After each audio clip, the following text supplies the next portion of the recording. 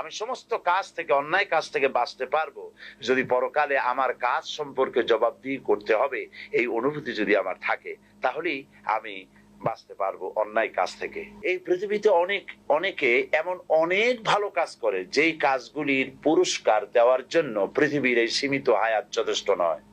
এখানে একজনের বয়স 50, 60, 70, 80 বছর বয়স, কিন্তু এত ভালো ভালো কাজ করেছে, স্কুল করেছে, মাদ্রাসা করেছে, এতিমখানা করেছে, মানুষের উপকার করেছে, বিধবাকে আশ্রয় দিয়েছে, এতিমকে ঠাঁই দিয়েছে, ইসলামকে জানাবার জন্য, বোঝাবার জন্য প্রচারে অফুরন্ত টাকা খরচ করেছে।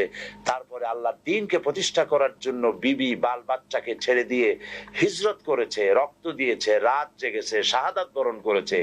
এত কাজ যে করলো আল্লাহর জন্য, তাকে এই জীবনের 50-60 বছরের জীবনে এর পুরস্কার দেওয়া সম্ভব নয়।